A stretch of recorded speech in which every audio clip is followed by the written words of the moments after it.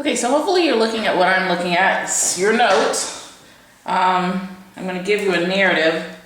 So my family is pretty fond of the games, and we've been purchasing the various video games, Sega, the Xbox 360, all of those games for several years. Okay, so I need to present to you this scenario, and I'm going to use the Xbox 360 purchase as a context for that. The overall idea that we're trying to get across today is consumer and producer surplus. So when the Xbox 360 first came out, you were able to buy everything, controllers, console, they even threw in a game for $400.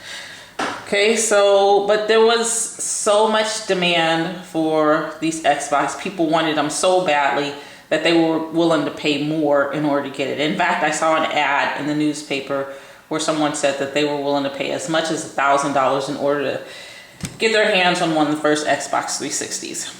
So what you see in my graph is that if they're selling the store at $400, everybody who gets their hands on one in the store, it will pay $400. But if you want to buy the Xbox 360 outside the store, then you might be willing to pay more, right? So $1,000 was the most that I saw that people were willing to pay. Now, as more and more of these Xbox 360s become available, notice more and more become available, then people don't want to pay $1,000 because they can get it in the store because there's more of them, right? Okay, so what ends up happening is that your demand function or your demand for the Xbox 360 is going to go down, right? So let me talk about the units that you should have on your graph as you're doing this problem. On the x-axis, it should say whatever your commodity is. In this case, it's Xbox 360s. And then over here, you'll notice that, I'm going to zoom in so that you can see it. It says price per Xbox 360. Price, because that's what we're talking about. This is dollars or price, right? It's like a sticker price that would be on the Xbox 360. That's what's stuck at $400. Now, the beautiful thing about this particular example is that the Xbox 360s, they didn't go on sale. Their price didn't go up. It didn't go down. Everyone was selling it at $400 and it was just constant, right? So if you were able to get the Xbox 360 in the store, you would pay $400. Okay, let me zoom out so that you can see this entire thing. Okay, make sure that your X is carefully labeled. I do take off for that. This should say dollars per whatever your commodity is. In this case, it's Xbox 360. You should have your set price in the store right there. And then your demand should start at the highest price that people are willing to pay. All right. So one thing that I want to point out is here people are willing to pay $1,000. They only have to pay $400. Here they're willing to pay about $800 and they only have to pay $400. And notice here they're willing to pay about $500. But if they get it in the store, they pay $400. So as long as the consumer is willing to pay more than they have to, then they are getting what they perceive as a benefit. So this difference, right? Okay. So say this person who is willing to pay $1,000 went to Walmart and they got it for $400. In their head, they're saying, I saved $600. They didn't save $600. They spent $400. But they think that they're getting a benefit. So the difference between what they were willing to pay and what they have to pay is considered to be a consumer's surplus, right? This entire gap between the demand function and the set price. So this region in here is a consumer surplus. Okay. Now the reason I'm showing it to you in this way is it's an area between two curves. So this is very much linked to what you just did in your homework assignment. Look, pinch these two together and you can see that you are pinching this area between those two curves. Okay, so that's kind of spelled out to you in your notes there. Okay, and here I show you what the consumer surplus is. Okay, it is the difference between what the consumer was willing to pay and what they have to pay. Okay, notice there's no surplus over here because the consumer wants to pay less. So say the market has been flooded with Xbox 360s. Everybody has them. At some point, people won't want to pay $400. They'll want to pay less than that. There's no surplus because the consumer wants to pay less than what it is valued at in the store, right? So then your consumer surplus, I'm going to zoom out here so that you can see, is the area between two curves. Okay, I'm going to take my pen so that you can see it. Drop it down. Top minus bottom. What's on top? Well, it's your demand function, right? And that's what's laid out here. You take your demand function, that's your top minus your bottom, and your bottom is your set price in the store. So this represents your set price in the store. Okay, from 0 to whatever A is. We don't know what A is. A is right there.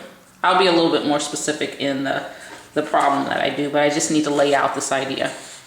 All right, so this is about the consumer, the person who's coming in and purchasing the Xbox 360s.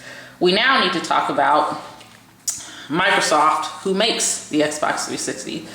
Now, years ago when I was teaching this class, there was a student who threw out into the universe that Microsoft does not make that much money on the consoles. They make it on the games. And that makes sense because we've spent a bunch of money on $60 games.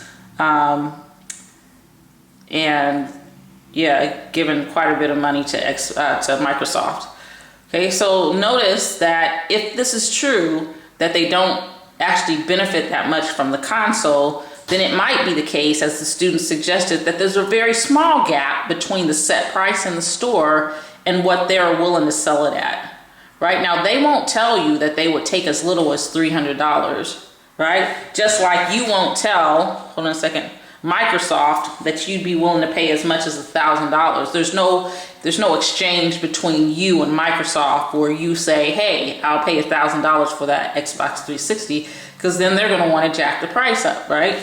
They're not going to tell you that they would take as little as $300. They won't say that, right? But they do have an amount in their head that would be the least amount or the bottom amount that they would be willing to take.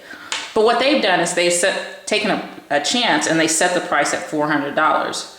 So they're setting the price at $400. It was consistently $400 because the price isn't going up and going down. But notice what happens. Notice your X is still Xbox 360s. As more and more Xbox 360s sell, they're going to get greedy and they're going to want to jack the price up, right? And at some point, they're going to want to jack it up over the $400, right? Because they're going to feel like they're getting shortchanged, right? They set it, they're willing to set it as low as $300, but they see that it's popular and they're going to say, wait a minute, we probably should have raised the price, okay? Now consider this, as long as the set price is bigger than they're willing to pay. So notice there's a $100 gap here. It's set at $400. If they can get $400 for that, but they were secretly willing to take $300, then there's a $100 gap. And they think, oh my gosh, we're benefiting, right?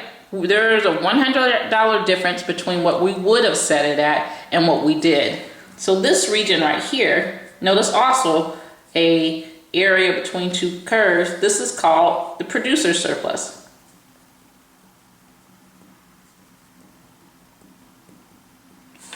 Okay, the other was all about the consumer. This is about the producer. Notice the units on the y-axis. This is dollars, price, not cost, not revenue, not profit. This is a price. It's a sticker price. That's what the $400 is per Xbox 360. Okay, I know that you guys are looking right at this, so I don't have to zoom in, but I just did. Okay.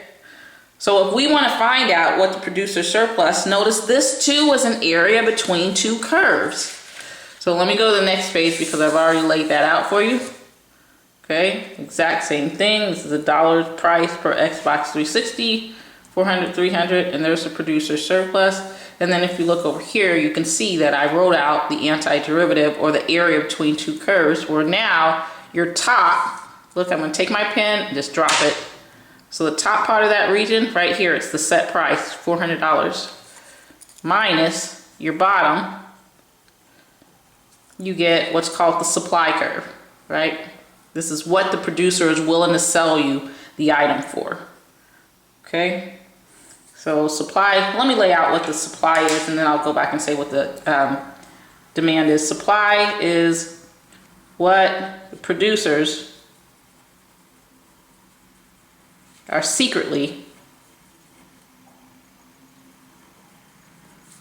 willing to accept. They're not going to tell you that.